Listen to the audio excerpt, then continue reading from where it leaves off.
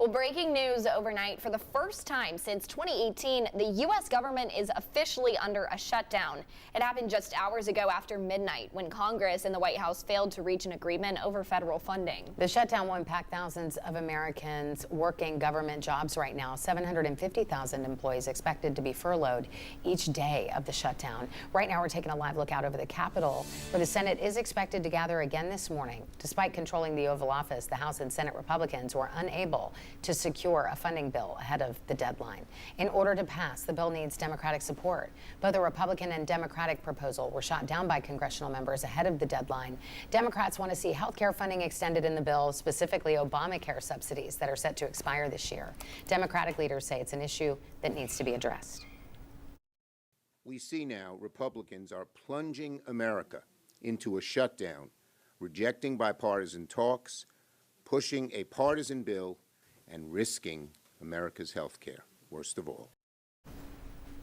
And Republican leaders instead offered a proposal that would delay the shutdown until November 21st, saying there's time to debate health care funding later.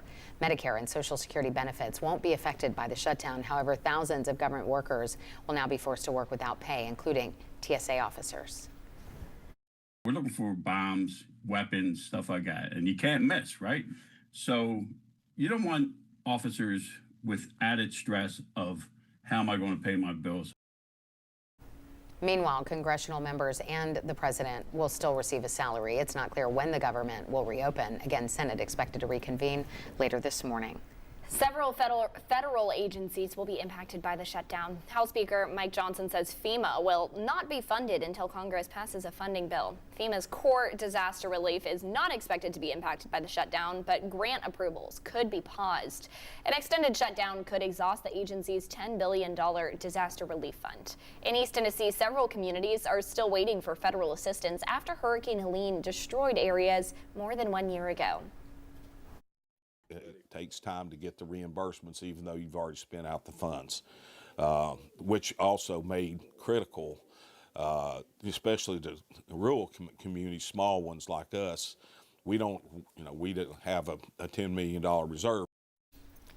The mayors of Unicoi and Cott counties say it will take at least 2 to 3 more years to rebuild after Hurricane Helene.